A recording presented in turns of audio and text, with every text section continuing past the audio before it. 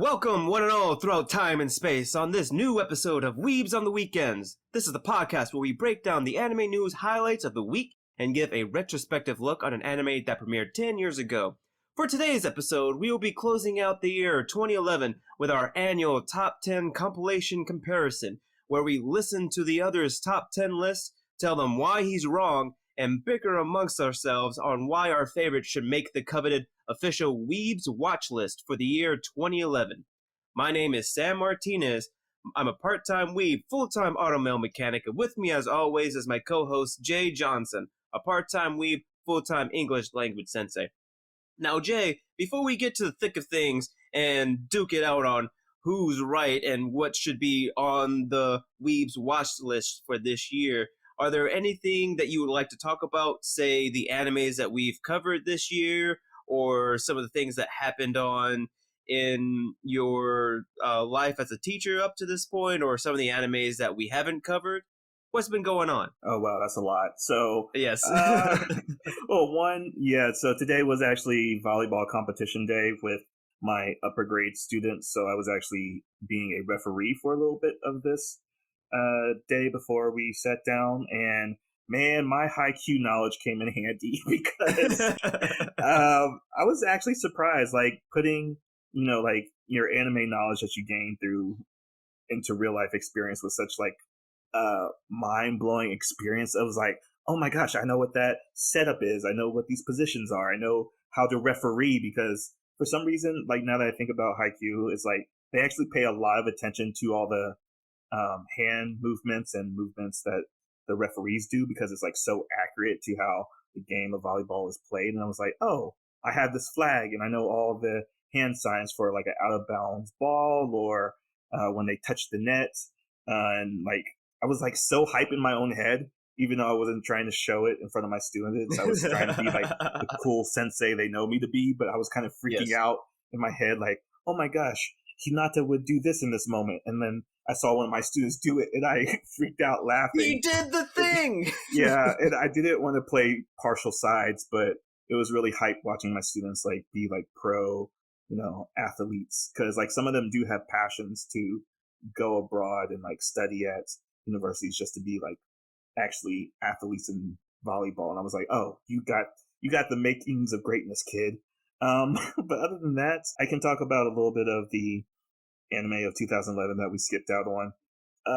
2011 is a kind of big year. I think the one that I think most people would kind of assign to this year is like Hunter x Hunter, or Hunter x Hunter, however you like to say that. Yes, dude, I'm not gonna lie, like it took me all in my strength not to put that on the list, just because of how much content that there is. And in my mind, Hunter x Hunter, especially when I started watching it, it was more under the radar in terms of the weeb culture. But now, in our day and time, it's nowhere near as underground as it was when it first started out. It is actually more mainstream now.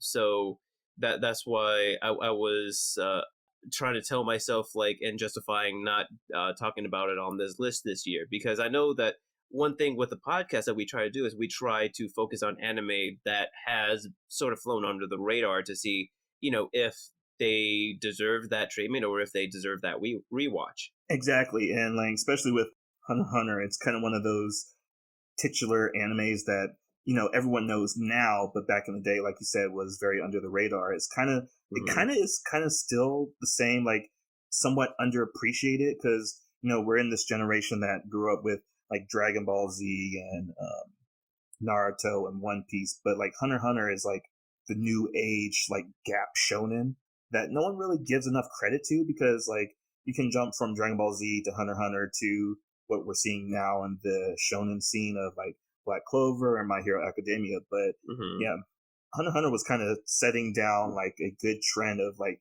good villains, good arcs, good tournament arcs. Like specifically, is it Paradise Island? No, it's Greed Island. But before that, it was the Battle Tower. That was essentially yes. Exactly. So it's like one of those staples of an anime community. But yeah, we can't really give it like the time that it deserves on the podcast, since we're only for an hour to 2 hours max, depending on what we're talking Mhm. about. But Hunter x Hunter is just like one of those, like, yes, it's good, but how good is it, and does it still hold up? But we can talk about that maybe at a later special episode for Hunter x Hunter. But also in 2011, there's like some of the smaller properties like Guilty Crown, Number Six, Persona Mhm. 4, the I would say animation. Persona 4 may be a little bit bigger just because of the video games that it has in its back pocket. Because did Persona 4 come out before the video game or after the video game? I don't remember which They came came out first. somewhat concurrently, so Okay. yeah, it was like co-productions essentially. All right. And you were saying I didn't mean to interrupt you. After Persona 4, I think like for me the next one, or at least like the more popular title, would be Toriko. I know that like that one Ooh, yeah. is one of the more mainstream ones, but again, one of the smaller franchises. I think it ended not too long ago, but again, like as I said, like as popular as it was, Toriko got a crossover with Dragon Ball and with One Piece. So I think it's safe to say that people knew what Toriko was when Toriko came out. I would say another franchise would be Rosario Vampire, mainly because I think I don't know too much about it. I just recognize it, and I know that back in its time, it was popular for what it was. I think it's because of the vampire motifs. And then after that, I would say like one of the more understated ones would be Ungo, which was another uh, buddy mystery that came out, and that seemed to be a good theme for this year too. Was just how many buddy mysteries did we run into? It was like 4 or 5. It was a lot of them that came out 2011, and I guess like a last one would just be a little bit more mainstream. Would be Yu-Gi-Oh! Zexal, just showing that Yu-Gi-Oh! Would be out there, and that was around the time when I got back into Yu-Gi-Oh! Before I stopped again, like back when they started using the Ixie monsters. So yeah, at least like Wow. that's my contribution. Yeah, nostalgia. I just got hit with a wave of nostalgia because yeah, I never had Zexal. I think my last Yu-Gi-Oh series was GX, and wow, Oh yeah, I with don't Jaden. yeah, I don't even know when that was out, but that was definitely my last Yu-Gi-Oh. And I like in the same vein of Torko, who shows up in the Shonen Jump game that came out a few years ago, but also Gintama came out in 2011, and they Was feel that like the remake, or the I Gintama feel like remake. I think so. It was like Yeah, there was a long running Gintama show, and then there was a quote unquote remake that came out, and but like it still like kept going with the same premise or something like that. Am I wrong in saying that? It just feels like Gintama has been around just as long as One Piece. right. Yeah, it's so yeah. 2011 was the revamp of it. Yeah, so it's still more than Oh, okay. 100 episodes. Same thing with Toriko, Hmm. and yeah, it's just like one of those big properties that you can't really give due justice to in the short time that we had. So, and I guess I would give a final mention to something that I would say is like one of the most beautifully animated movies of all time, in my opinion, is Towa no Kion, which I'm not is familiar like with that title. yeah, it's a very let's see, how would I best describe it? It's something that is like hard to premise because it like the premise by itself ruins uh It ruins the the show story. kind of somewhat, but Yeah. it is like very battle intensive, and Okay. I can send you like clips of it later on, Sam. But yeah, if it's an interesting mix of like a battle shonen and a romantic there's a romantic element to it, but it has like this mixed media cast of like Chinese publishing company with like a Japanese studio. So it has a Okay. lot of, and it has like 4 installments that came out this year. And I'm not really doing it good due justice for how well it's animated. It's a Studio Bones property, Hmm. and I think it's the best thing they've ever done. I would say like that's like a high bar for Studio Bones, but I would say that this is the best thing they've ever done. And we had to skip it this year, but you know what? It's okay. It's okay. It's okay. I'm not sad at all. I hear the pain. I hear the pain. Yeah. I'm sure, like you said, go ahead and send me some links, and maybe we can revisit it later on. Who knows? But aside from that, like those were just some honorable mentions of animes that we have skipped out this year, and now I feel as though it's time that we should go on to the animes that we talked about this year, and then we can go into hashing out and saying why our list is better than like your list is better than my list, vice versa, and doing the best that we can to make the Weebs watch list for 2011. So, Jay, would you like to start off with our first anime that we published this season? Oh And yeah, then of we can course. alternate. Oh yeah, alternate. Yeah, because man, it was we started this year on January 23rd, and we've covered over, or not over, but we've covered 33 anime for this year, 2011, and that's nothing to the total number of anime produced during the year. But we can only do so much. Sadly, it's just you and Yes. me, Sam. But yeah, the first anime that we covered for this year was the Marvel anime Wolverine. Yes, I remember that one. And the anime that we did after that was Madoka Magica. Then it was Fractale. Afterwards, we led into Infinite Stratos. And then this was my choice, but this was a season 2, which was like a first break from our normal way of holding an episode. But it was the second season, and it was Tagami Bachi Reverse. Afterwards, it was my pick with Beelzebub. Then we had our first anime movie of the year, which was Ghost in the Shell, Solid State Society. And then we went on to experience some feelings with my pick, Onahana, the flower we saw that day. Oh yes, that long title. And then we experienced our first police drama in Gosick. Yes. And afterwards, we viewed what money can do to a person's life with Sea Control. And then we covered Blue Exorcist. Afterwards, we covered Hidan no Arya. After that, we talked about one of the greatest of all time animes in Nichijou. After which, we talked about, I think, this was our first Battle Royale anime that we tackled, was Dead Men Wonderland. And then it was something that I've never seen in Tiger and Bunny. Afterwards, we've revisited another Marvel anime, which was Marvel X-Men. Oh yeah, that's true. My pick again.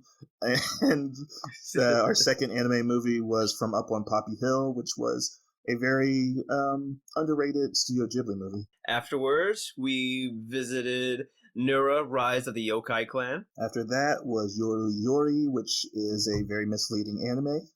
You could say that. Then we visited Sunrise's Sacred Seven. After that was Natsumi's Book of Friends. Afterwards, we visited our another buddy cop mystery, which was Dantalian no Shoka. Then after that was Usagi Drop or Bunny Drop, which was a production IG property, which surprised me so much that they did this. And then we visited our third buddy cop mystery, which was Heaven's Memo Pad. And then now we got to our last Marvel anime, which was Blade. Afterwards, we visited, I think it was Tokyo, where the main story took place, was Kami-sama Dolls. And for our final movie of 2011 was Hotoribi no More-e. And then going on to our special season where we have our guests, we had Fate Zero come out with Gerard. After that, we did Steins Gate with who was Jack. the guest for that? Jack. Oh yes, Jackson. Of course, Jackson. Afterwards, we visited a Gundam franchise with Alice, and the franchise was Gundam Age. After that, we did the 2011 version of Thundercats with Ariel. Afterwards, we visited Penguin Drum with Emma. Lastly is Future Diaries, aka Mirai Nikki, with Alonzo. So yeah, that was 2011 for us. Oh my goodness, like it's like going through all that list, even though it was 33 anime, that's not a lot, but it still feels like a lot after going through all of that, man. Yeah, it's 33 times 3, since we do 3 episode reviews, or plus the movie, so technically 3, but yeah, that's 99 episodes of anime we watched, plus all the seasonal things we do for the news and for our previews each season. So, yeah, we watch anime. Yep, that is definitely true. Now, before we go on to our lists, do we want to mention our honorable mentions first or keep them for after we go through all of our top 10 lists, Jay? Yeah, let's do honorable mentions last because I don't want to ruin anyone's sense for right now. Yeah, that's true. That's true. So, what we're going to do, and again, time codes will be in the description, where we are now going on to our top 10 list, where both Jay and myself will go through our list bottom up, and we will essentially shuffle through our picks, and we would also go with our, what would you call our system, Jay? Just our basketball shuffle? Oh, I don't yeah. have. We don't have a proper name for it, but basketball shuffle is pretty good. Should I explain the rules? Yes, please. All right. So with our system or basketball shuffle, we have 3 ratings of Kobe, Yeet, and Bench. Kobe is when our lists have a anime at the same spot. So if our number 10s are the same, we will say Kobe, meaning that they're in the same spot.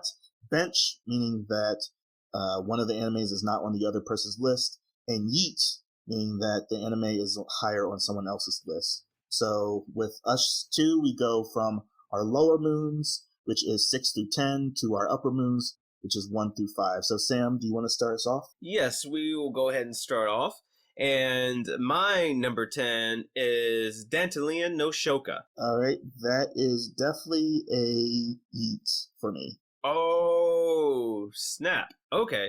So then, do we want to? We'll go over the episode number and everything else when we get to your right. Yes. with your yeet. So I'm actually kind of surprised about that. So Jay, what is your number 10? My number 10 is Heaven's Memo Pad. Oh my goodness, that's a bench for me. So Okay. Jay, why don't you go ahead and tell us a little bit about Memo's Pad? Gotcha, no problem. Yeah, so it's made my boundary, number 10 is pretty low on your list, and, where we did 33 anime, so where was the cutoff? And the thing that made the number 10 spot for this particular anime was animated by Studio JC Staff. It's 12 episodes. It's available on iTunes. We covered it on episode 54 of the podcast. And the thing that is, I guess, so it's a fairly generic premise of this group of NEETs, NEETs being an acronym for non-education, employment, and training. In Japan is kind of like a classifier of people. And they basically come together to basically solve unique mysteries with this girl genius as the head of this like ragtag group. And again, it's one of those premises that we see throughout anime that is like so generic. You're like, oh, a quirky group of people come together to do something kind of thing. But the thing that really made it deserve the 10 spot on my list is that the main girl, who's like the leader of this group, has this overwhelming sense of fallacy, I guess, or over sense of burden with the problems of the world, that she's I wouldn't say.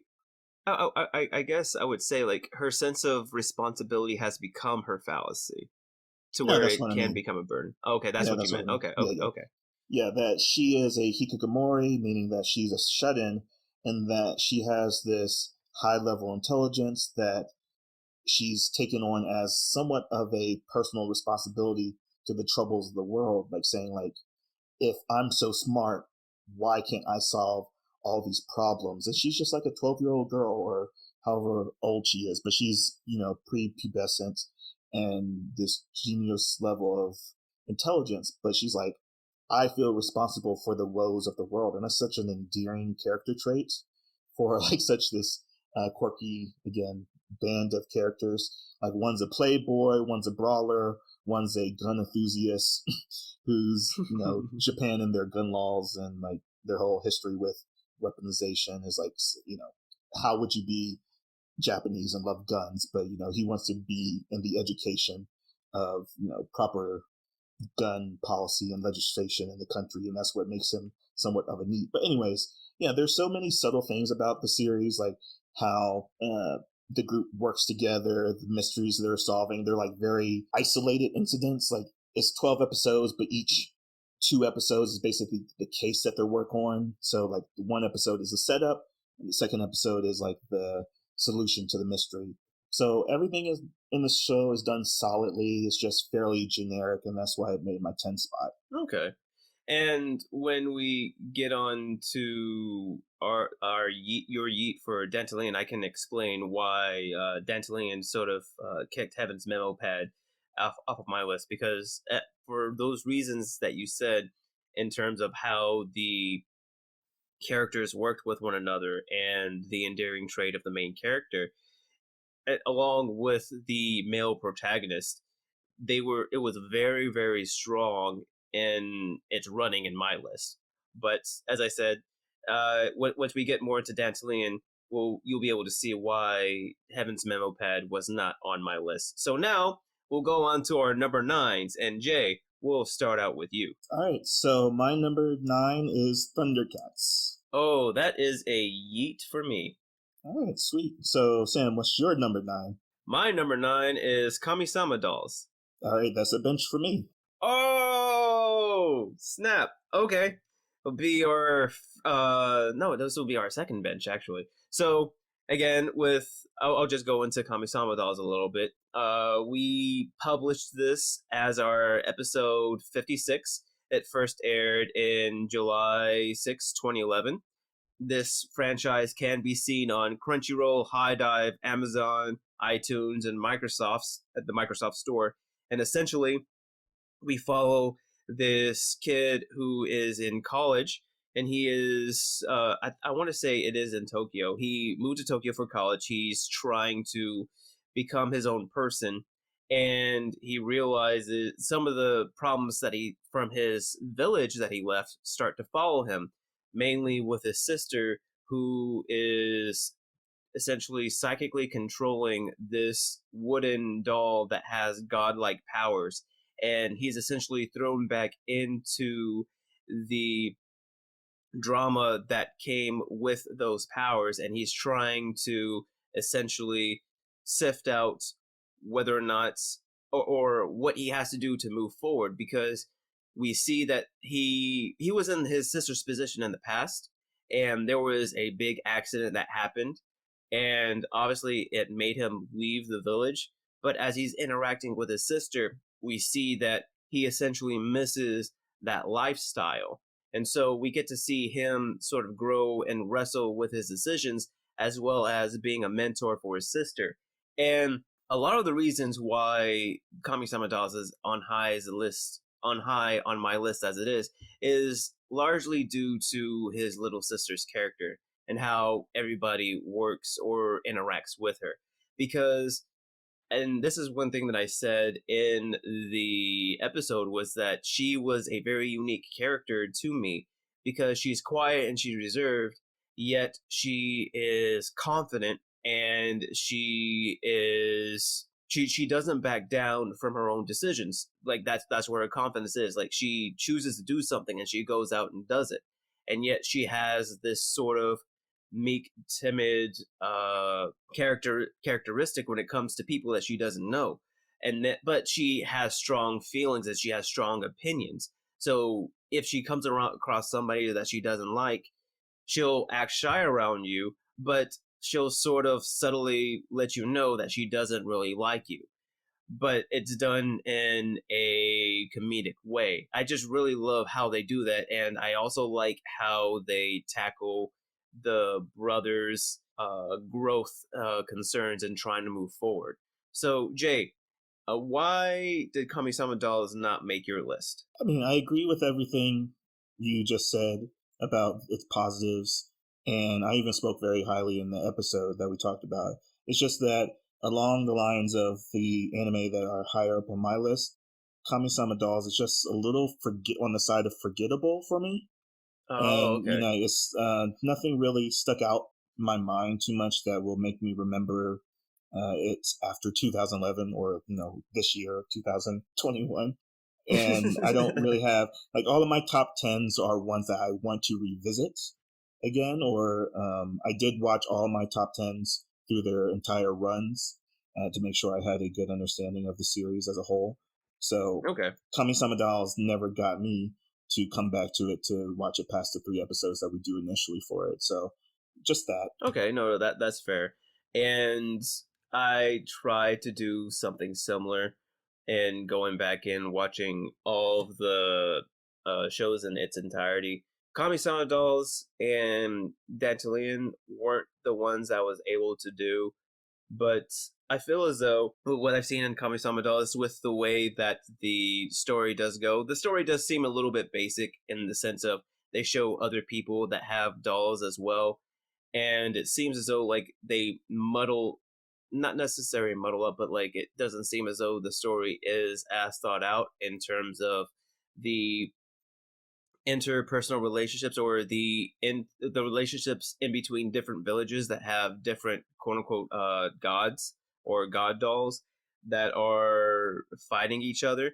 But still, from what I've seen, I feel as though that the relationship between the brother and the sister, and especially the brother with his past experiences, would be very satisfying in the end. But onward and upwards, we will go on to our number 8 spot. So, Jay, who do you have for your number 8? My number 8. Wait, did we say why? Wait, my number 9 was Thundercats. What was happening with Yes, Thundercats? Yeet. That's a Oh, Yeet for me. Oh, right. Okay, I was making sure. Why didn't we talk about Thundercats? I love Thundercats. But yeah, okay, cool. Yeah, We need so to talk about Thundercats. It's okay. We're going to talk about it later. all right, cool. So my number 8 is Madoka Magica. Bro, Kobe.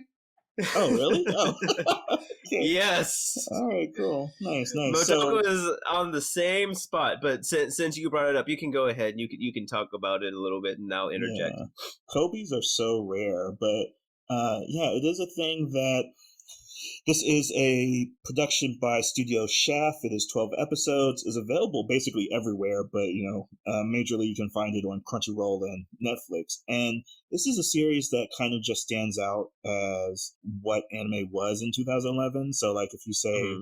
like what's memorable from 2011, it would be Onohana, Madoka Magica, Future Diary, Hunter x Hunter are the ones. Nichijou are like the 5 that you say like what did 2011 actually turn out that Yeah, people that had know the it for. biggest impact. Exactly, yeah. That's kind of stayed around in people's mind. And Madoka Magica, again, reviewing this after 10 years and the value of doing a retrospective is that this series is just absurdly ruined if you know how it goes. Yes. And that's why it's like kind of somewhere, it's in the middle of my lower moons for this reason that it was definitely enjoyable ride. The characters are strong, well written. The commentary that it has about the magical girl genre is very potent, and if you do any work of criticism or you're a fan of the magical girl genre, you're like, oh, I recognize these things and realize if you twist them on their head, it's really horrific when you consider what magical girls are. And that's what Madoka did. But now that we've had 10 years of, this in the consciousness, the zeitgeist, whatever you call it, even recreators did a tweak on Madoka back in 2017. But Mm-hmm. completely, like I said this during our episode, which we talked about Madoka Magico on episode 32, but in episode 3, there's a very big story point that happens that has been just so overexposed to everybody. Even if you had no idea what Madoka was, you know the scene that I'm talking about in episode 3. And when all that suspense is drained from a property, you're really just sitting there waiting for things to happen. You're not really attentive to watching it play out because you already know the beats for beats. And for everything that I just said, like, it's still one of the best animes of the year, but Mm-hmm. given that we've been overexposed to it and know all the plot points and know what happens with this character, why does this character did this, I knew everything before going into it. And as enjoyable as it was, it can't be higher up on my list for that reason. But Sam, how about you? I would say I definitely agree with you that a big part of it is the suspense, and hearing you describe it too, it sort of reminds me of when we both watched Decadence, because we both watched it at the same time. And very similar with Decadence, there is a turn in episode 3 where if you, I don't know if it was episode 3 or episode 2, but it was a turn early on that shifts the story.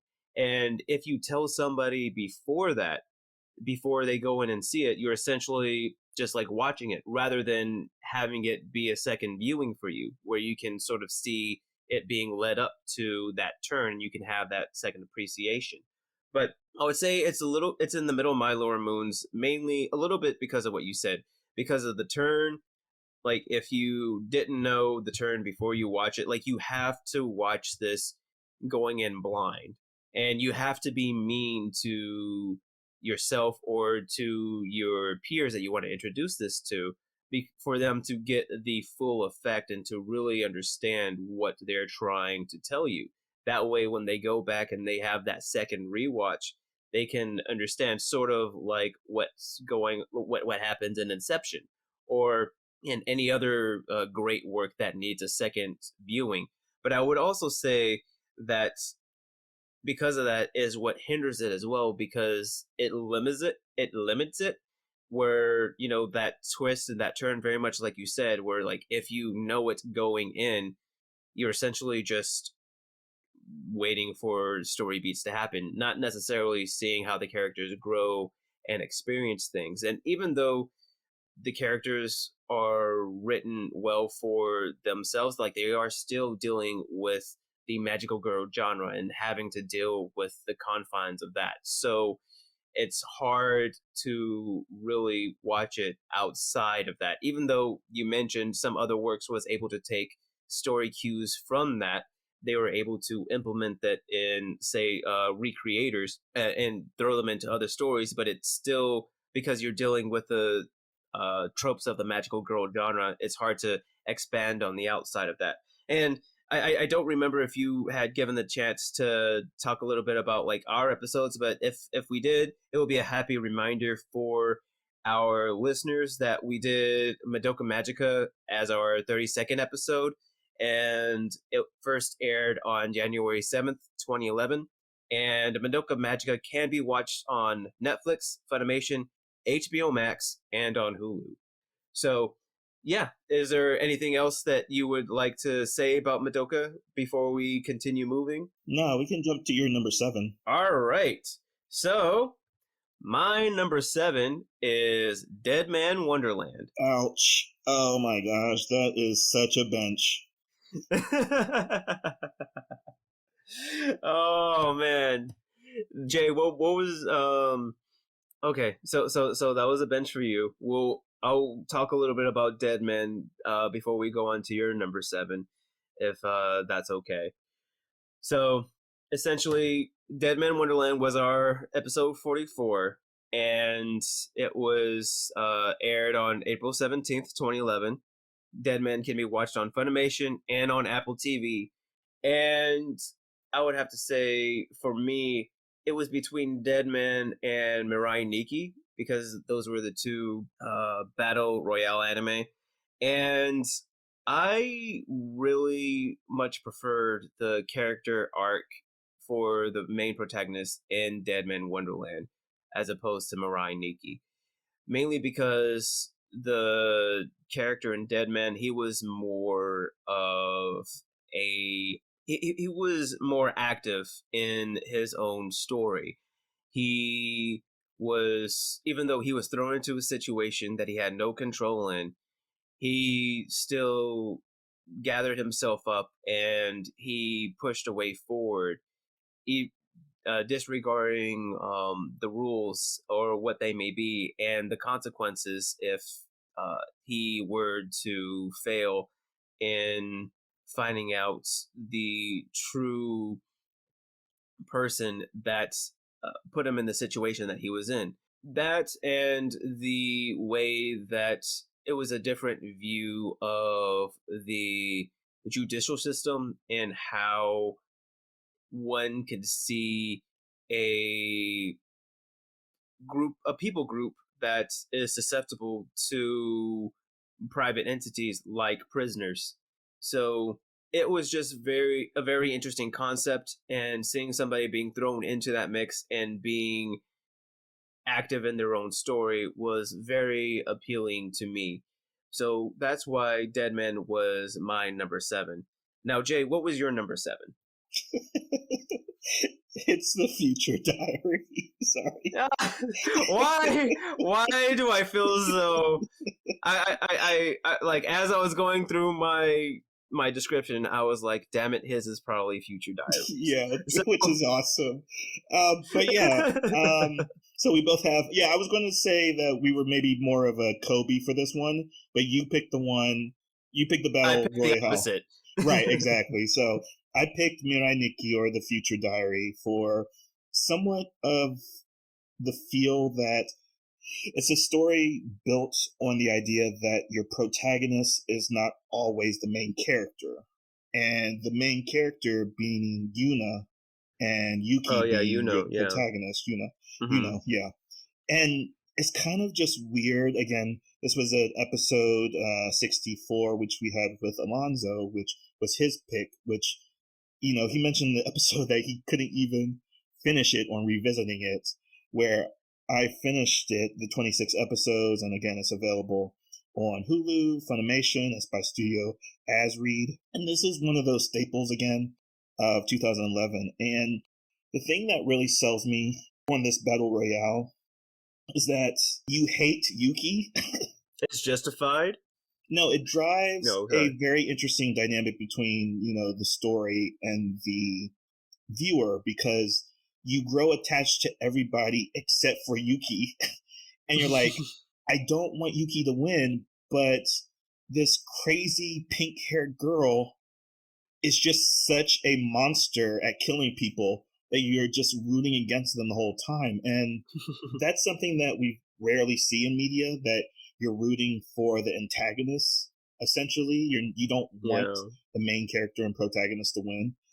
And then, like, there's a lot of problematic things with it that made Alonzo very disgusted at it, and it is disgusting to how the ways that they try to portray like the worst sides of humanity and what happens when you give godlike power to questionable individuals, which is kind of what goes on with battle royales, especially with like this Hmm. season being Platinum N, which is a production by the creator of Death Note. And with Future Diary, it just is a staple that still works, especially for me, because one, the whole dynamic between each of the candidates is strong, that you get a strong sense of their personality, how do they use their power, what's driving them. But then you also have this mystery element to who Yuna is, because there are moments throughout the series that give you these like very disturbed, disturbed like story beats that you're like, I don't know what's going on. I feel uneasy about not just all the murder happening, but there's something like kind of like fourth wall breaking essentially behind it. Like you're like, okay, something else is going on. So there's the curiosity of it as well that drives it forward. And it's nothing really against Dead Man Wonderland, but it's just like I felt like the slot needed to be one of those two, and I just went with the other one. No, that's fair, because like as mentioned earlier, like they're very very close. They're very very similar. Even if you go online, you type in Dead Man Wonderland, the first thing that pops up in a reference or a recommendation, right? The first thing that pops up is Future Diaries. You go to Future Diaries. What's the first recommendation? Dead Man Wonderland. Like they are right there. So if anything, they're like two sides of the same coin. I would have to say Dead Man probably you're rooting for the pro tag, whereas in Mirai Nikki you're rooting against the pro tag. So there's definitely something to be said about what they do for the battle royale genre for them to be as popular as they are. Yeah, it's really unfortunate that they came out in the same year. I would have preferred that Future Diary came out this year, and then Dead Man Wonderland came out in 2012, because it would have given the like even the creator of the manga had she went on hiatus for her pregnancy, that if they Mhm. delayed the animation for probably a year. We would have actually probably gotten a season 2, which I think that is the greatest injustice. I guess Dead Man Wonderland is that there's no finished animation for its story. Yep, and I would say that that's probably why it's so low on my list. Or even though it's like for all the things that we have said earlier, it's high for my upper moons. But because it's still an unfinished story, and the ending does leave a lot to be desired. So I feel, and I would say like one more thing, and then we can go on. Is that even though they're so similar and they both came out in the same year, they're both as popular as they are. It's very odd because, say, for instance, Attack on Titan and Combinary Fortress, right? They're very similar. One's Attack on Titan, the other one's Attack on Trains. But if the Combinary Fortress came out the same year as Attack on Titan, then nobody would know about Combinary Fortress. Whereas, because they were staggered, you're able to appreciate one and appreciate the other for having influences from its predecessor. But I would say, like, it's very interesting that with Dead Man Wonderland and with Future Diary, that they both came out in the same year and they both were as impactful. Neither of the other has been forgotten. So that's a testament to how strong both of those stories are and how they are able to portray them. Onwards and upwards to the top of our lower moon. It's our number 6. And Jay, let's start out with your number 6. Okay, I'm a little worried, but my number 6 is Fractale. That is a yeet for me, sir. So you're going to have to sit down with that just for a little bit. And now we get to revisit a work that you had mentioned earlier, Thundercats. That is my number 6. Oh, wow. Okay. Yeah, that's pretty high then. That's 3 spots higher than mine. Sweet. All right. So it's higher than mine, so you tell me what you love about it. So, again, just a little bit of a recap. Not Fractale. Thundercats. Sorry. Thundercats was our episode 62, and we had our guest Ariel on to discuss it with us. It was first aired in July 29th, 2011, and Thundercats can be watched on Hulu. And I would have to say that the reason why Thundercats is so high on my list, and I would say the reason why Thundercats is so high on my list is because if it wasn't for Thundercats, we wouldn't be able to have works like the new Voltron series that came out, or even the new He-Man that came out. Essentially, Thundercats was a proof of concept that the old 70s animes, they can be repurposed to become more modern day, and you can have a more cohesive storyline that can bring in the younger generation as well as satisfy the older generation. I didn't get to watch too much of the 70s shows, but I did watch a little bit in that review. And from what I've seen with Thundercats, the remake only improved on what was already there and was able to embellish that story and that franchise so much more, and was able to make the different lore and the magics within that universe more acceptable, more palatable. So that, without going into details of the story, but like that was a big reason why Thundercats is so high on my list. Now, Jay, you had Thundercats at number 9. So why did it make your list, and why is it at number 9? Yeah, because it's so low in my lower moons because of, oh my gosh, the ending it just really just punches the wind out of you. It's Yes. 26 episodes of lore building and world building and like these creative reimaginings of each of the characters and how their relationships are actually fleshed out. I mean, Lionel and Tigra are like brothers, and like none of that was explored. There's just so much to enjoy in the series that when you get to episode 26, they just drop you off a cliff because it's a cliffhanger ending, and it doesn't feel good. Like, it's such a enjoyable ride. Like, beat by beat. Like there's no weak episode. I mean, like there's some slow episodes, but nothing too weak to make you say like, oh, I can just skip this. Essentially, all 26 episodes are solid. It's done by Studio 4 Degrees Celsius, so the animation is clean. There's great choreography in the fight scenes with different weapon use. The monster design is good, or creature design essentially is good. Between the lizard people, the tigers, there's like forget-me-not elephants, like everything. Like even as I'm speaking now, I'm speaking so highly of it, but dag nabbit that just 26 episodes is just like it kills everything that you can enjoy about it because it just stops and it just leaves you with this very hollow feeling. So yes, I enjoyed it more than Heaven's Memo's Pad and a little bit less than Madoka because I knew how Madoka was going to end, but it is just a punch to the gut that they didn't get a second season, and we go into a lot of the production details of why that didn't happen in the episode with Ariel.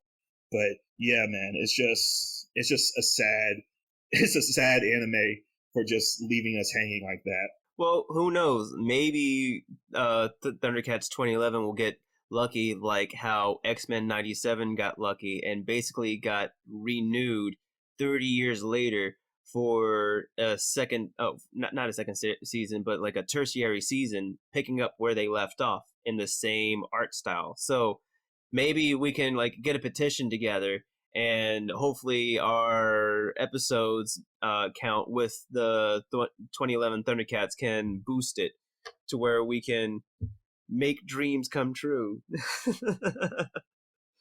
But I know I would say like despite the fact that like how much of a huge gut punch that it was, like the pros like made it as high as on my list, but again, it's also because of that gut punch that it didn't break my top 5. So on to the top 5, and I feel like we have to we'll have to go through the Kobe bench and yeet before we go into the descriptors on this one because that way we don't have a repeat of, I think it was Mirai Nikki and Deadman Wonderland that we had there. So for me, my top, the upper moon, my number 5 spot is Nichijou. All right, so that's a yeet for me. Oh, really? Yes. Wait, I'm trying to remember. Wait, where was Nichijou on your? Oh, no. It's a yeet for you, so you have it earlier on. Okay. Now I got you. I'm sorry, I got confused. So, all right, we'll talk about it later on then. So, Jay, who was number 5 on your list? Yeah, so my lower end of my upper moons, number 5 is Penguin Drum. Ooh, Penguin Drum. Okay. It's a very strong choice there. So why don't you go into a little bit about that with us? You have to say that you benched it. Yes, I benched it. I'm sorry. Yeah, so this is... I love it how you just assumed that I benched it. This is an episode, and again, with our guest host of Emma on episode 63. This is a production by Brain Base, over 24 episodes, available on High Dive. And this made my top 5, again, my boundary of my upper and lower moons, because of you really have to go into this with history or some kind of history of Japan. And I very much like when anime does lean more into its cultural export aspect, because you do have to know something about the sarin gas attacks in 1995 on the Tokyo subline. And knowing that feels so much impactful when you go into this anime. Again, if you want to consider cartoons, or animes cartoons, but this is a very much a serious introspection of how the Japanese people process trauma, essentially like that. So we talked about a little bit that last season with the mecha genre being like that came out of World War II and the atomic bombing of Japan, that Japanese artists needed to basically express their despair about what happened to their country. And I feel that so heavily with Penguin Drum, with all of its metaphors and symbolism, its deep philosophy questions, its antagonists, and its characters, that they all have something to say about different aspects of life around this one tragic event. The main cast are basically the children of terrorists, essentially, and that's not too much of a spoiler, even though it feels like a little bit of a spoiler. But it is, again, a series that derives so much meaning from real world events that if you know the history, then you're going into it like, oh, I know what this is talking about. There's some distasteful things about the series. There's a lot of, again, showing the worst sides of humanity, again, what Future Diaries does. But again, that's impactful because people are kind of the worst. Right? And that's kind of what Penguin Drum leans into. It's very not up its own butt about things, but it is so high-minded that it can be disinteresting, or you can miss the point. It's kind of pretentious because you have to go into it knowing what's going on in Japan at the time and the mentality of the Japanese people. But I do love that it's a series that addresses those things in a very comedic way, essentially, that there is a lot of drama that goes on, there's a lot of comedy that goes on, and introspection that goes on. So there's so much to the series that it deserves a second watch. I think I said that in the episode with Emma, that it demands a second watch, which would normally like put it off of people's list because you don't want to distance your audience too much. But, this series is for a certain group of people. It's very niche, and I just fall into that audience. So, Sam, why did you bench it? I would say the reason, probably because a big reason why I benched it was I was one of those people that went in not knowing about the gas subway attacks. So watching the show, I'm thinking that they are, again, I realized that they were doing symbolism, but I didn't know that it was for a historical event. I thought that they were trying to fabricate their own world, in a sense, doing something like Soylent Green or another dystopian type future with that thing. And I'm sorry, with its story. So I sort of got lost in the sauce and trying to understand things. Whereas if I just knew the historical context, it probably would have helped me understand things a little bit better. But even thinking back on it, there was still so much chaos, at least like for me, in trying to digest it. As we talked about in the episode, it was very much like Evangelion in how it addresses trauma and kids, the sins of the fathers, things of that nature. And not only that, but there were some times in Penguin Drum that made it feel inconsistent to me. Thinking back on it, it could just be the characters trying to adapt to the situation, but still, that's the implication that I had after my first viewing. And in our talks with Emma, there are certain parts that really struck a chord with me. A sense, the scene in the library, it was very, very good. And even though it was so high-minded, like I knew that there was something to be said for that scene, and that scene itself made me want to sit back and rewatch it over and over again to sort of pick apart to see what was going on. But then again, because there was some other stuff that happened in that series, it was a little off-putting. And I do recognize, as you said, like this was made for a specific niche of people. And I guess I'm just not one of them. So that's why it was sort of a bench for me. All right. Now, that was your number 5. Now we can go on to your number 4 here, Jay. What have you got for us? My number 4? What was your number 5? My number 5 was Nichijou. It was a yeet for you. Oh, right. Yes. Why do I keep doing that?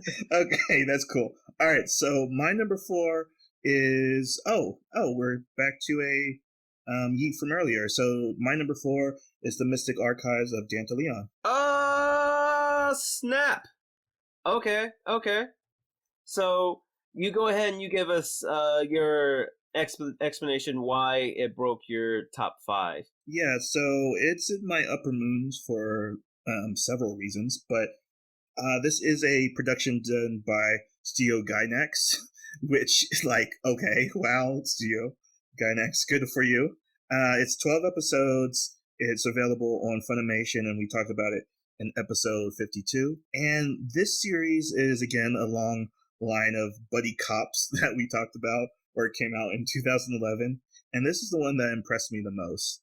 This is a series that, maybe because it's just the Studio Gynax is known for this, but it has such great cinematography that made me really appreciate very subtle world building and very subtle character moments. I think we talked about this in the episode, but it's very subtle that the main male lead starts wearing a glove after signing a contract with his magical Lolly or Lolita partner. And we talked about Gosick, but same thing kind of situation that male lead, female lead, she has a magical ability, and then the guy is the access to it essentially. And Gosick, it was literally a key in a book, or was that this one? No. No. In Gosick, she was just yeah. in Gosick, she was just a cyclopedia essentially, but in Mystic Archive, she's actually literally a book or a grimoire. She, as you said, like she essentially is a literal manifestation of a portal to where he can go and take out books from a mystical library. Exactly. So it has this very Indiana Jones kind of setup to that his grandfather passed away and he inherited his estate, meaning that he gained access to her, who's basically a infinite library, and their job is to go around collecting evil books that manifest special powers depending on the individual. And the thing that really struck me and why it's so high up on my list is that even though it's 12 episodes, I could watch another 5 seasons of this. It feels very much in the vein of Supernatural, which also had an anime this year. But the idea that every culture, every country has mythology and lore that these two can go into, can pull books out of, and combat. Because one of the combat scenes in the first 3 episodes was a scene that he pulled out like an Argonaut kind of shield to deflect or to summon a lightning bolt to take out a golem. And then they go into the history of those creatures. It's a very educational anime in a very subtle way. Like they say, oh, this is the Jewish golem. Why was the golem? How did it appear? How did it manifest? So I guess being a teacher, I was like, oh yes, let me write this down and take notes because I was like learning things. And just viewing it through that lens, I was very much putting it always high on my list as immediately when I saw it. This was like, I'm learning something. The animation is clean. The story building is subtle into where they're going, because even with the Mystic Archives that she represents, there's some kind of, again, that mystery element to drive you forward, that there's like an inner gatekeeper to the library that he has some kind of relationship with. And I went back through all 12 episodes and I know what that is, but with the first 3 episodes, not to spoil anything, it is a case of he does have a relationship because of his grandfather, but it is a memory that he's kind of suppressed or has locked away behind his childhood. And you're like, oh, I want to see where that goes.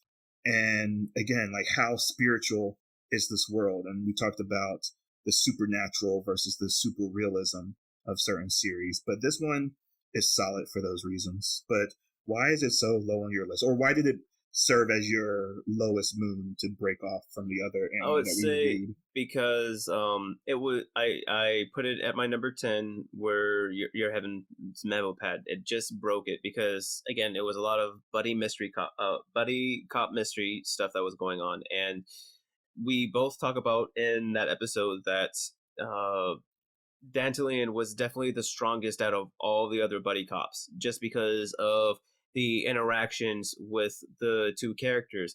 How the protag, how he uses his experience and his smarts from the war to essentially survive in various situations, whereas we basically have him in a firefight with a golem, and then we also have him having to do espionage work with other people trying to get phantom books. He is just very, very diverse, and he's not off-putting as a character. He comes off as a layman, which is very relatable, and his interactions with the lowly character are very, it's, I would say it's nice and it's sweet as compared to the other ones, which there's a twinge of romance there.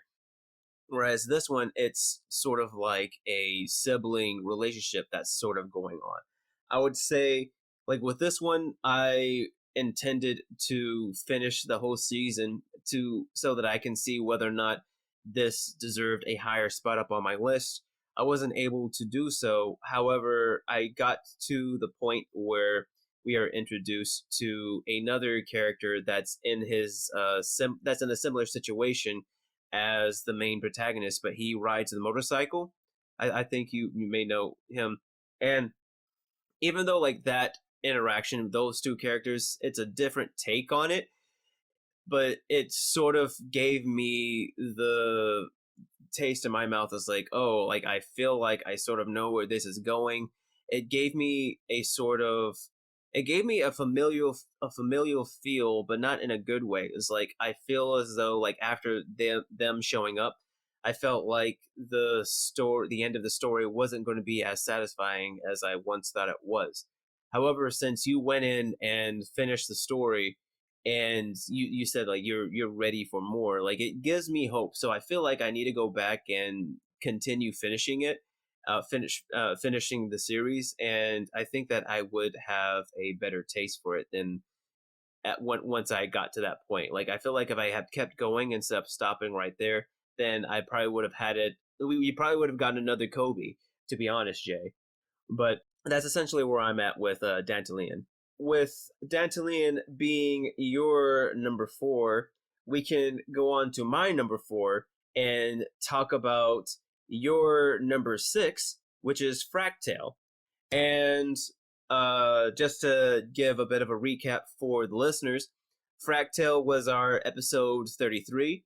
It was aired on January 14th, 2011, and it can be watched on Funimation and Apple TV.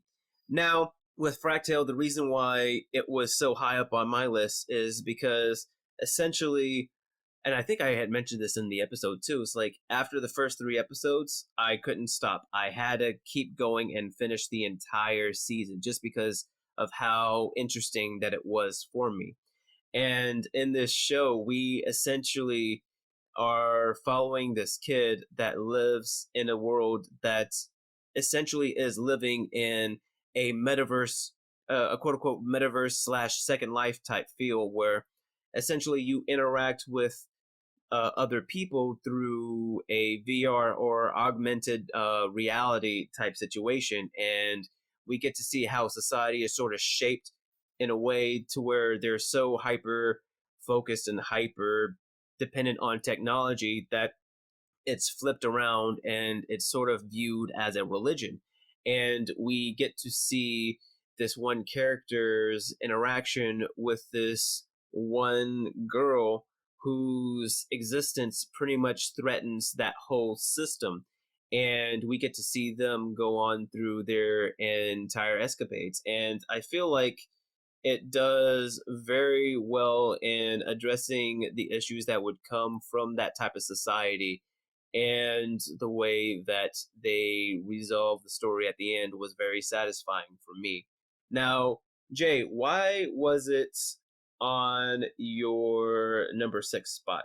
Why did it make your list, and why didn't it break your top 5? That is a very subtle, I guess, subtle sci-fi story, because it is set in the world, like you said, that there is this great equalization of everyone, where the world has basically come to peace with disease and starvation and scarcity, and this AI system, or this master system of technology, has been created that basically serves as a god for most people. And the main character is a technophile, Technophile. but he's living in an age where, like, as I'm teaching high schoolers now, it's like if I talk to one of my students and they like, oh yeah, teach, I have a gramophone, and I'm like, really? And he's like listening to his gramophone at his home versus, however technology you have today, an iPhone 13 or whatever.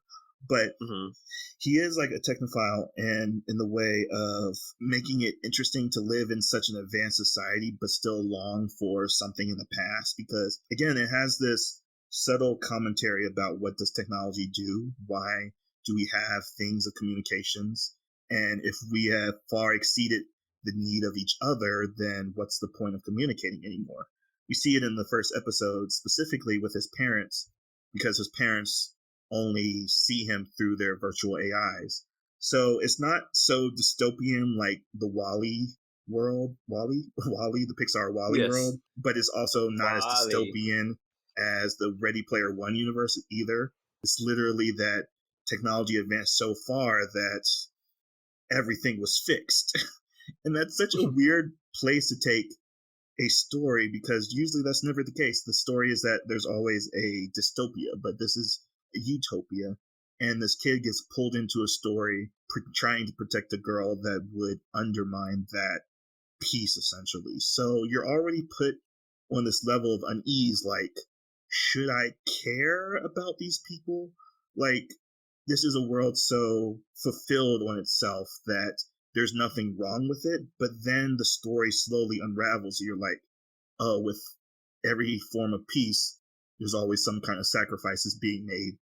And it's really hard to leave out of my top 10, but because it's such a sci-fi story in the same way as like It Invaded last year or Decadence, that it's one of those stories that is so isolated to itself that it has to just stay in a spot where it is. So that's why it made my number 6. Yeah, so you had the same issues with Fractal that I had with Penguin Drum, where you realized like how niche it was, and you couldn't really justify it breaking the top 5, but it was still a good story in and of itself. Am I correct in saying that? Yeah, exactly. Okay. And I love my top 5, so it's right there. No. That's fair. That's fair. So what we can do, let's see, because that was our number 4, so now we're going on to our number 3s. Ooh, the big 3 right now. So, Jay, who do you have for your number 3? My number 3 is a kick from you earlier, or a yeet from you earlier, is Nichijou. Oh, okay. So let's go ahead and let's talk about Nichijou. All right. So again, mentioning from the earlier point in the episode is that this is one of those staples of the year, and it is a Kyoto Animation production. There's 26 episodes available on Amazon Prime Video, and we talked about it on episodes 43. Yeah, 43. And it's one of those things of Nichijou is Nichijou kind of things. It's like the comedy is so absurd in how it's structured. It's cut up into little vignettes in this small little town. And again, I think I've talked about this in the episode. It feels very much like that little town in Diamonds is Unbreakable for JoJo's Bizarre Adventure. It's such Mori. Yeah. Yeah, Mori. It's just a absurdly normal town with crazy individuals coming into it. And again, it's this trio of adolescent girls kind of projecting their own imagination onto the world, essentially. That's a way you can read into it. But it's one of those comedies that you kind of just have to sit there and experience. It's like absurdity for the sake of absurdity. It's like pays homage to a lot of anime motifs and tropes. Like some of the girls go Super Saiyan. There's like Japanese games where like they get really intense. Like the vice principal wrestles a deer in one episode. It is like yes, the student council president rides a goat to school. It's like these little small things, and like you see them interacting, but then you also just see them happening in the background, and you feel that the world of Nichijou is just completely lived in by these bizarre individuals as if it's a normal life. And that's the whole title. It's Nichijou, My Ordinary Life. And that's what's so beautiful about it. Like besides the Kyoto Animation animation. It is just a very simple story of these girls and their friendship and how do they deal with their mundane life of being extraordinary. And just again, it's just like one of those beautiful stories. It's just Nichijou is Nichijou, and it's just like, yeah, of course it's up on my top 3 of the year, but you had it at your number 5, so it's not too far behind. But what did Oh you yeah, like no. about it? Pretty much like what you said. Just the comedy beats are great. The vignettes are awesome, and it like the comedy is so good, but like it breaks it up a little bit, so it's not just you're busting gut like every 5 seconds. Like you have a little bit of downtime, and even when you have the downtime, you can like chuckle a little bit, like just a little bit of a warm up. So the comedy is done very well, and the characters are very endearing, even though they may be airheads or or robots that are aloof and trying to make it in the world. But it's just been a very fun ride, and because like we didn't have many comedies that we had talked about, and as far as comedy goes, this was a very strong one. And just looking back on my list again, like I wanted to include comedy, and with the way that it is, like a lot of people can gravitate to it, and you can watch it. It's not highbrow, but it's not lowbrow humor either. It's very fun, it's very refreshing, and that's why I believe that it breaks my top 5 spot. Whereas, like a lot of people, if they can get over that 1 inch barrier, they'll be able to enjoy it no matter what.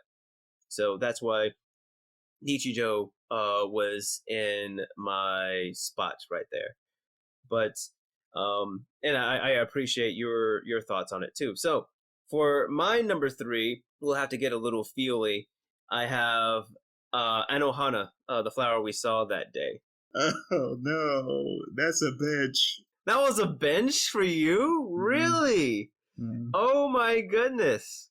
That's surprising. Yeah, I seriously thought that was going to be a yeet for you. I think I know your Okay. top 2 now. Then okay, cool. Okay, but tell me, yeah, why did this make your top 3? So, quick recap. Anohana, we covered this on our episode 38. It first appeared, it was first broadcast on April 15th, 2011. And Anohana can be watched on Netflix as well as Funimation. So, the reason why Anohana is so high up on my list, I was sort of trying to diversify my list as well.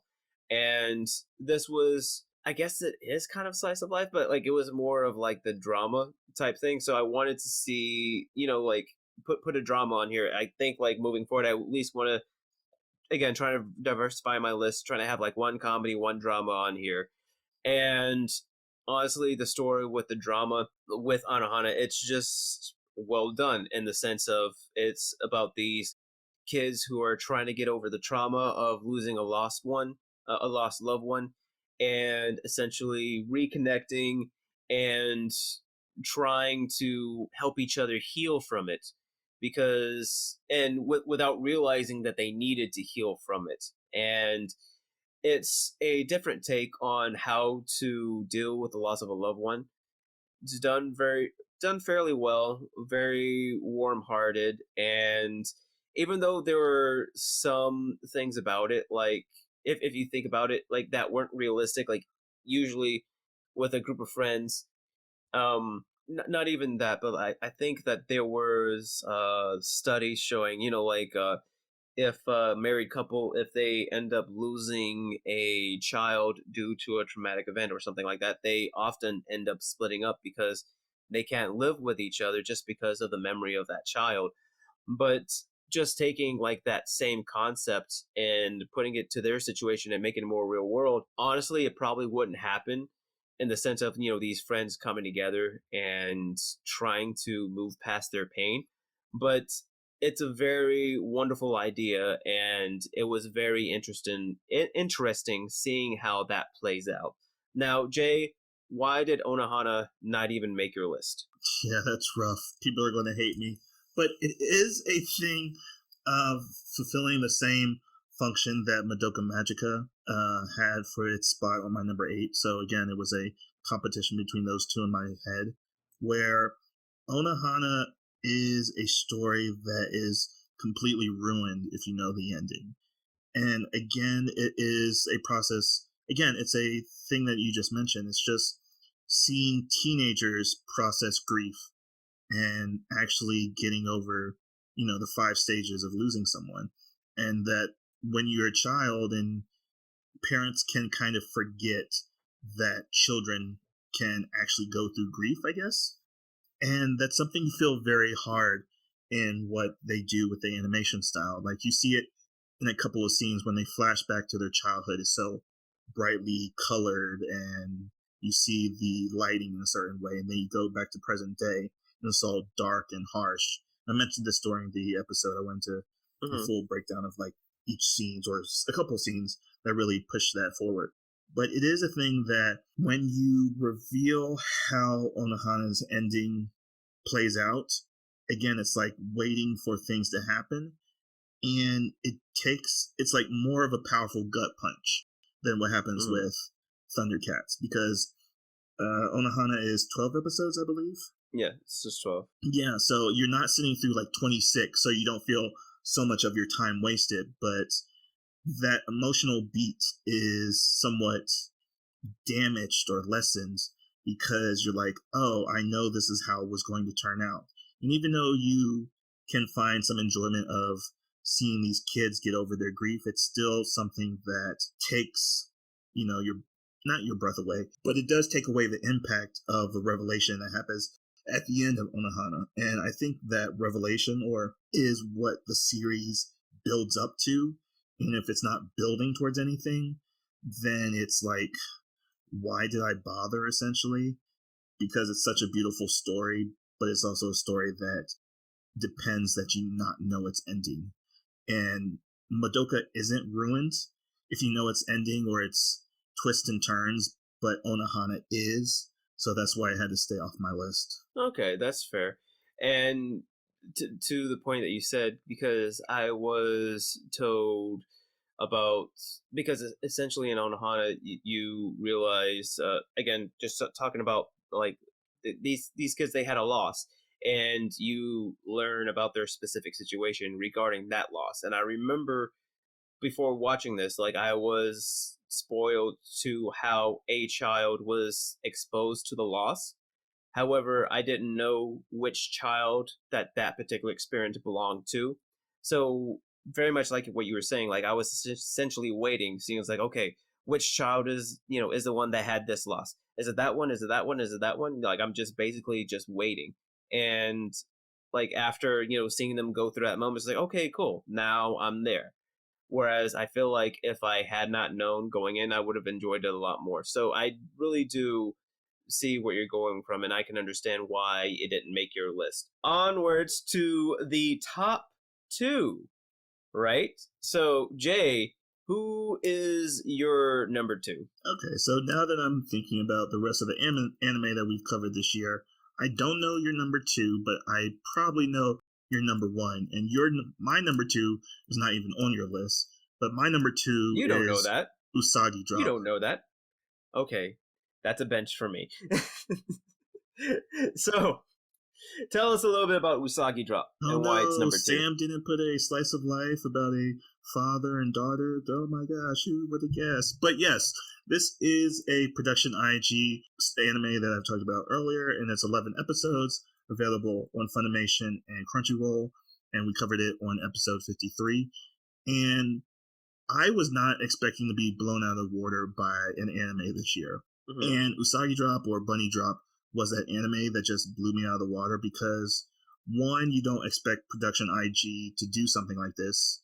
Production IG is kind of a competitor of Sunrise with their mecha properties and their sci-fi kind of properties as well.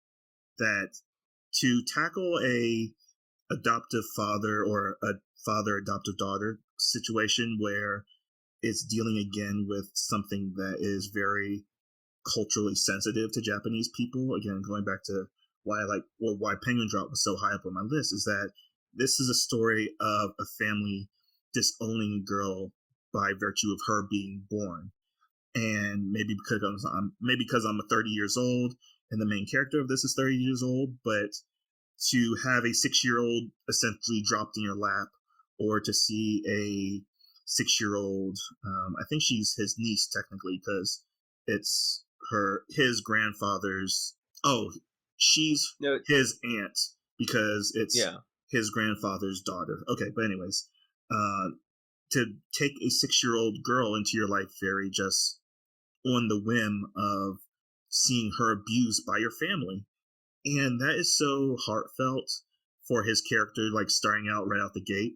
And when you get through all 11 episodes again, you see that he is a flawed person or he's a flawed parent because he didn't know he was going to be a parent. And hopefully everyone knows someone like this, knows that maybe they got pregnant when they wasn't expecting, or got bad news that they couldn't have kids, so they're like considering adoption. But it is definitely a real situation that I know people in my life that are going through it. And then there's like beautiful animation that Studio Production IG does at the very beginning of every episode. It's a watercolor scene to kind of sell this idea of maybe she's retelling the story essentially, and this is how she's viewing things. And then there's really very human moments. It's not like manufactured human moments of, oh, this is happening. Like everyone can relate. It's like a moment of she wets the bed, or he's late picking her up from daycare. Like these real things that happen to people. It's not like, it doesn't feel manufactured. It feels like we're actually getting a glimpse into these people's lives. Again, like something that is very hard to write, to make it feel very genuine, not forced or just story worthy to include just because it builds drama and tension. But it's a beautiful story. It's not given enough credit, given that Production IG has such a large filmography and they're known for something else. But it's something I wasn't expecting, so that's why it made my number 2. But Sam, what's your number 2, or why did you leave it off the list? So with Usagi Drop, just to talk a little bit about it, I in the episode I did mention that I did appreciate the different aspects that it showed me. Like there were things in regards to children's daycare that I didn't know, and it was very interesting how they had brought that up to the forefront, and it was really interesting as well that they had showed him how he had to wrestle with changing his job, changing his schedule for the child. I would say, though, the reason why I kept it off my list was because, in moving forward, I felt like the way that the story was going to go, the story was essentially going to force the issue of him taking care of the child, and I didn't know how they were going to handle it, just because at the end of the episode, I'm sorry, end of the third episode, the main character finds out a contact information uh for his aunt's actual mother. So it's not a spoiler, but just like at the end of the show, like, he's contemplating whether or not he should contact her. And I didn't have any confidence in the anime in how they were going to address that. It felt like, again, it was just going to force the relationship between those two moving forward. But seeing as how it's your number 2, I guess I should give it another chance, another rewatch, maybe, possibly, who knows. But on to my number 2. This may not be very surprising to you, but my number 2 is Steins Gate. That's going to be a bench. Yeah, that's a bench for me. So I think we have the same number 1. That's cool, but yeah, so why Steins Gate number 2? So Steins Gate number 2, just to give a little bit of a backstory, it's our episode 60 featuring Jack, and it was first aired on April 6, 2011. Can be watched on Funimation and Hulu. And essentially, we follow this main eccentric protagonist and his quote-unquote future gadget lab, essentially his friends, in their endeavors on trying to break the method of space-time so that they can undermine the evil company organization known as CERN. And thinking back on our list, like, a lot of our anime on here is very, very niche. And dealing with time travel is a niche subject in it of itself. But I feel as though that even though it is niche, the size of that niche that enjoys a good time travel is bigger than a lot of the other niche animes that we have talked about earlier.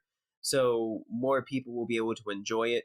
And even though you do know what's going to happen at the end, it's a time travel story. So it's not necessarily what happens at the end, but like how you get there, sort of like the journey along the way. And it's very interesting seeing the main character, how essentially this false bravado, this false facade is essentially stripped away so that we can get the core of his character and see him grow and come back for the better. So that's essentially a big reason why Steins Gate is so high up on my list.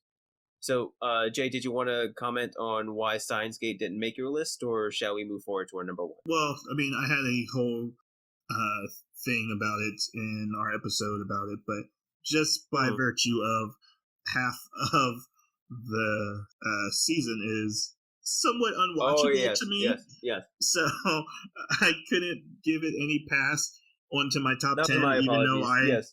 even though I love the last 12 episodes. The first 12 are hard to watch. So like, if it was like just that last 12, I would say is like probably in the number 2 spot, like you have it. But the slog of those first 12, which do serve a very important function in the show, but it's like one of those things of like, man, this is rough. I'm rolling my eyes waiting for the good stuff.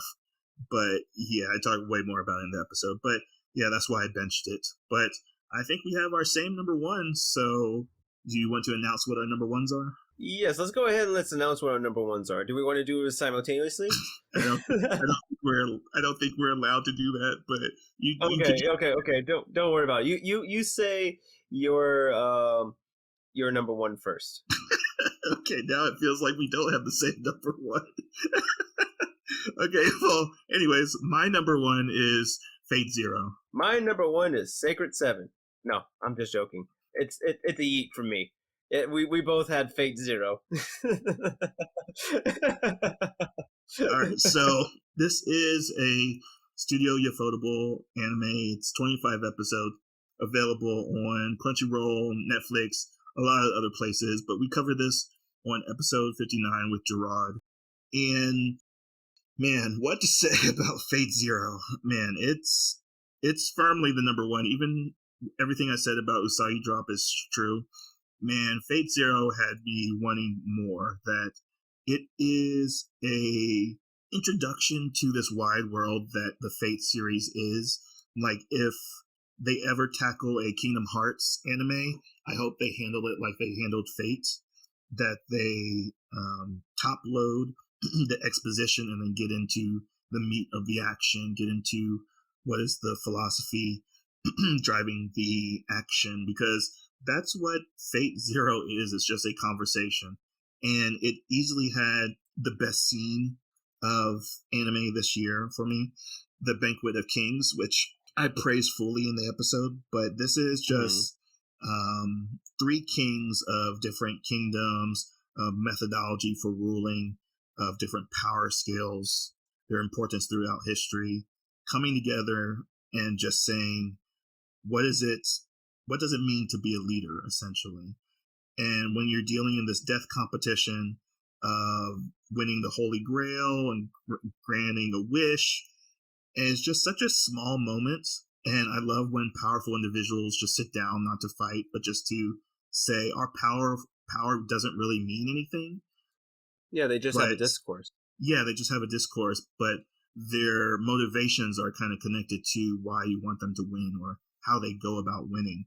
So it is a Studio Ufotable anime, like I said. So it's some of the best choreography fights I've seen in anime, period. Again, I would say that it does come second to like Tawa no Kyuon, which I mentioned earlier. But again, it's like one of those things that is very comparable to the best animation around. But man, Fate Zero, with the 25 episodes, they go by so fast. It's enjoyable to see people get their comeuppance, to people's downfall, to get rewarded, and to continue on to a sequel series that I'm looking forward to covering, hopefully in a future episode of the podcast. But Sam, what made it number one above everything else for you? It was essentially a lot of the reasons of what you have said, how it's really is a discussion with swords and magics, and not only that, but how they juggle the different themes. I talk a little bit about that in the podcast, but it's just done very, very well.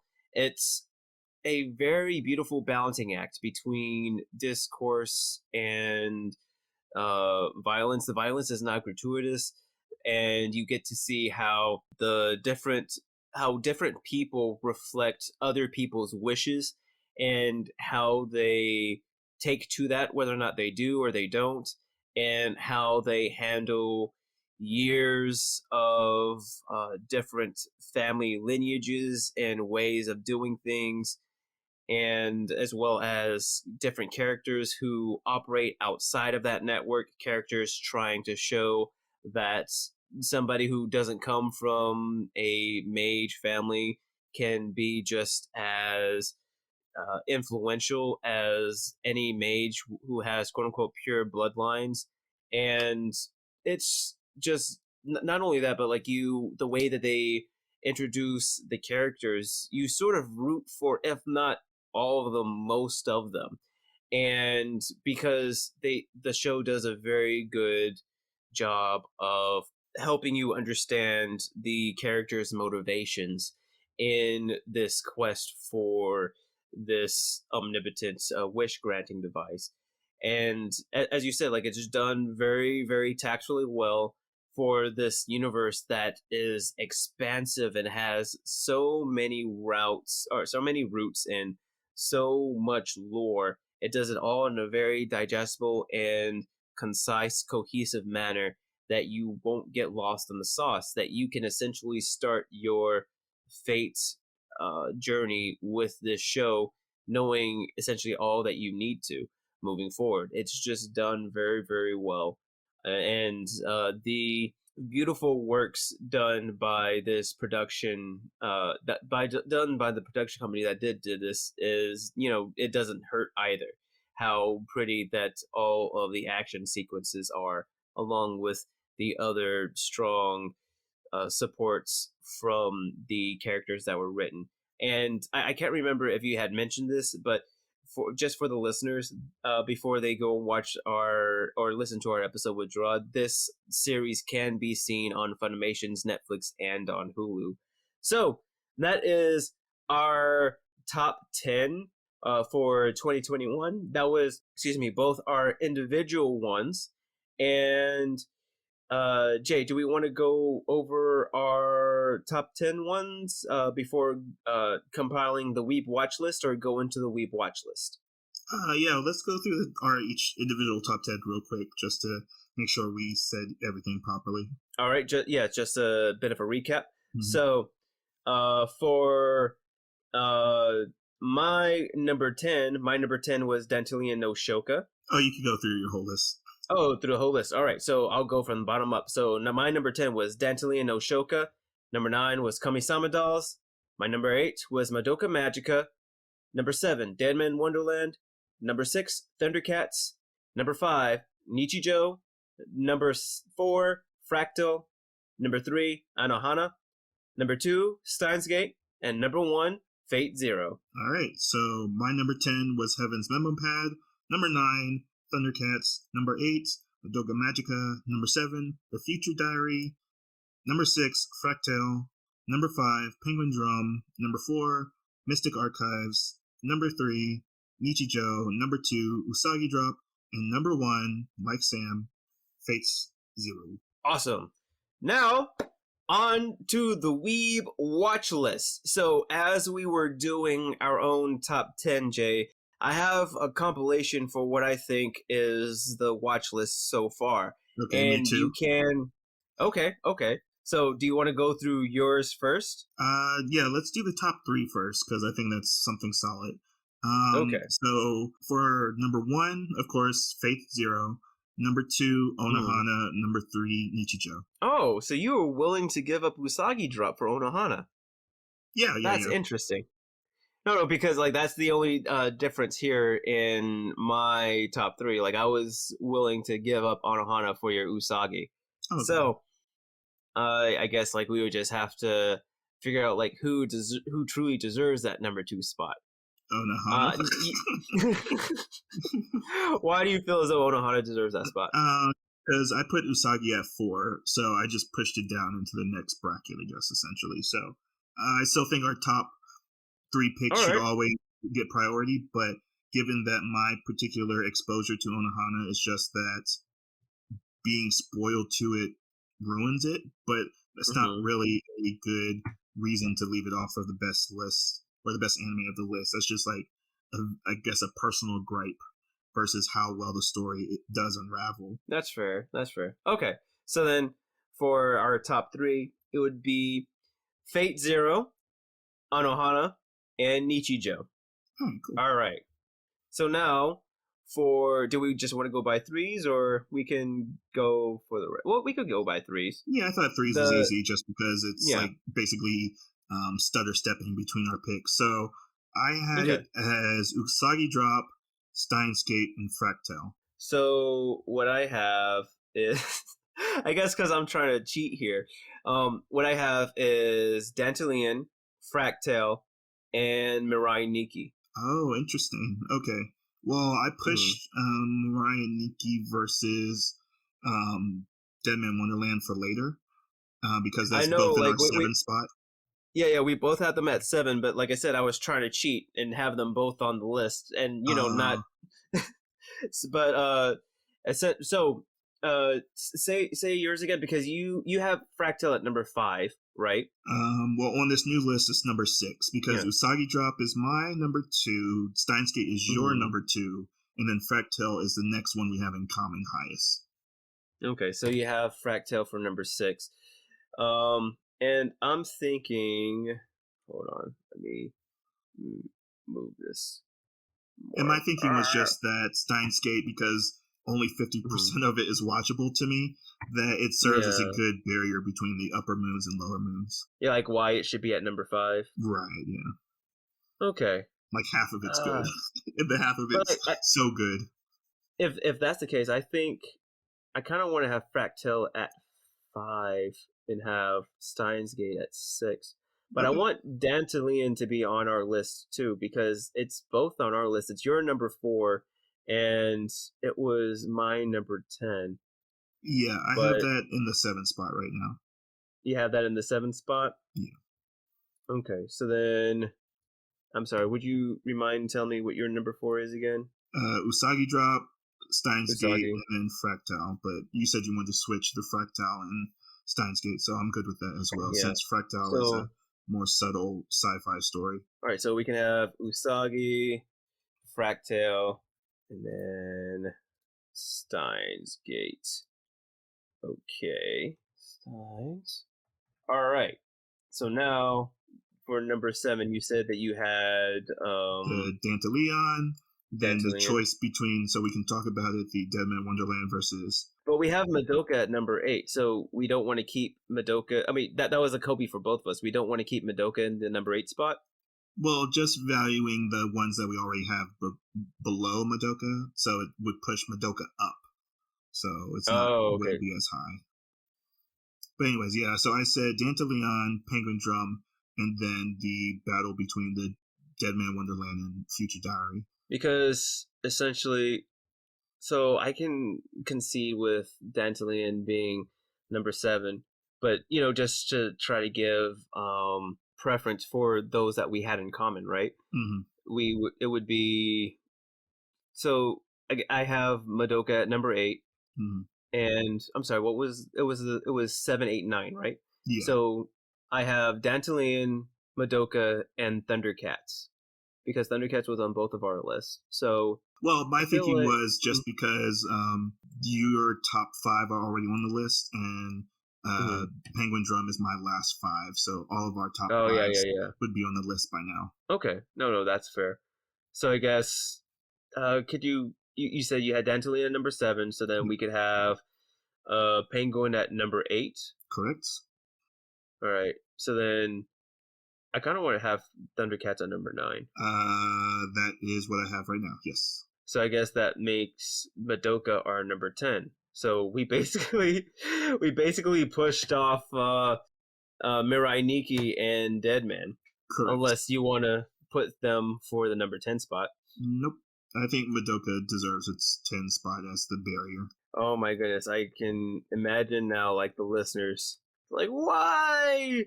Mirai Nikki, Deadman Wonderland. I mean, those are good honorable mentions just because of how they are. Yeah, I mean, they were solid in our lower moons at 7, so, but, there's still value. Like, different spots have different values, so if they have a lower common spot, then they just get pushed off the list, period.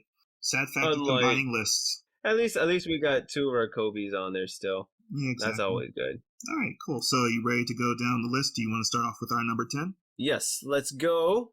Our number 10 for the Weeb watch list for 2011.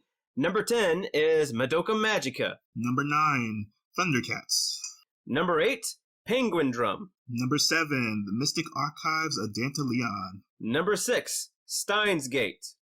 Number 5, Fractale. Number 4, Usagi Drop. Number 3, Nichijou, My Ordinary Life.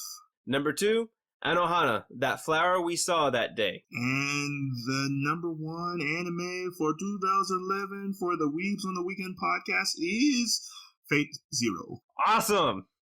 That's great. I've like looking back on this list, even though it was a long year of anime, or it felt like it was a long year of anime, I feel like it was well worth it.